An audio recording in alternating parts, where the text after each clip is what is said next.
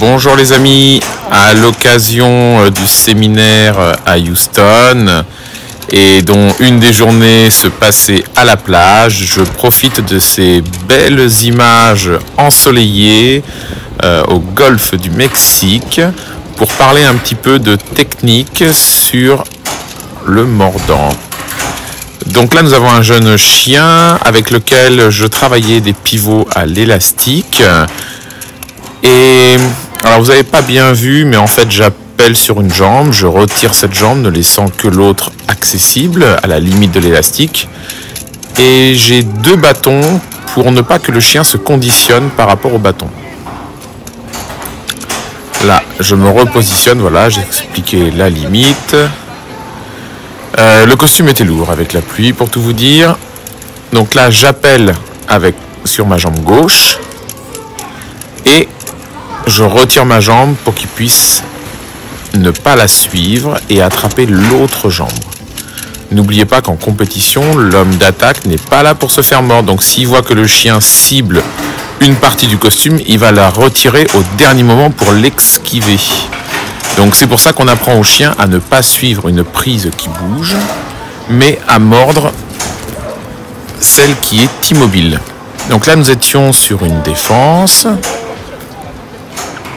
Donc le point principal, c'est que le chien reste toujours concentré sur moi, mais en même temps en contact avec son maître. Donc il ne s'est pas encore totalement reculé. Hop là. Voilà, donc là je travaille à la fois l'attention du chien sur moi, le fait qu'il me surveille, et en même temps qu'il apprenne à couvrir son maître.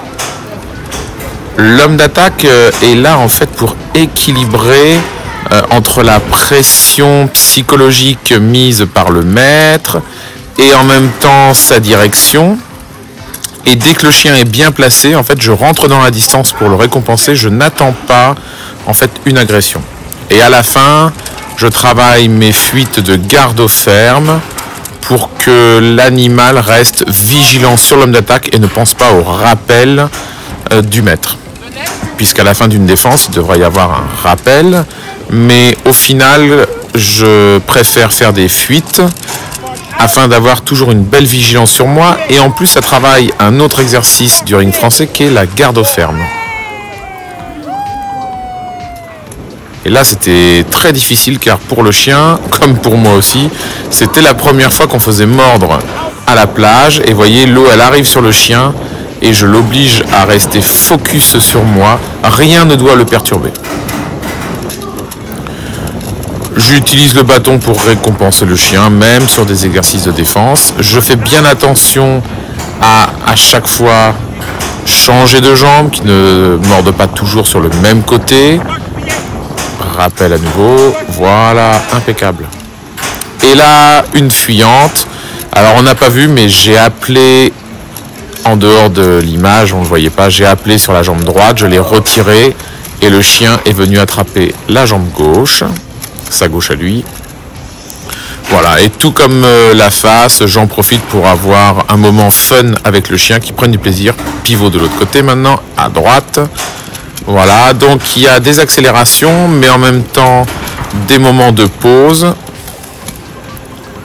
Voilà, voilà, on récompense toujours le chien, toujours en positif.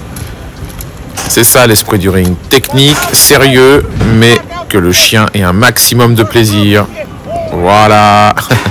Merci de votre attention les amis. Je vous dis à bientôt. Ciao, ciao.